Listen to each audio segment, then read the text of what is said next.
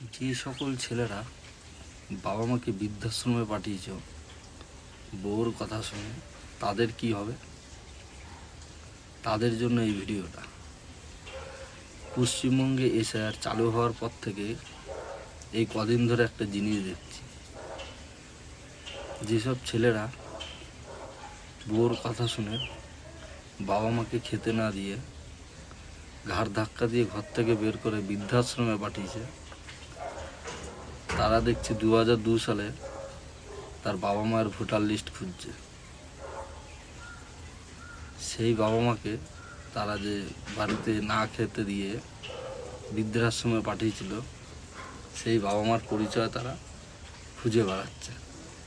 আজকে কিছু জিনিস কয়েকদিন ধরে লক্ষ্য করছি, এই জিনিসটা তাদের কি হবে। এবার বাবা মার কাছেও তারা যাচ্ছে, তার বাবা মা কোথায় আছে। তা এসআইআর হয়ে কি লাভ হবে আমি জানি না, তবে এই জিনিসটা বোঝা গেল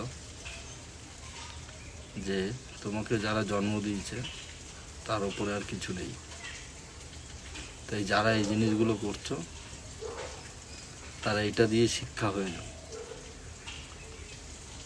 যে বাবা মাকে বাড়ির থেকে বের করে দিলে তার কী পরিণাম হয়।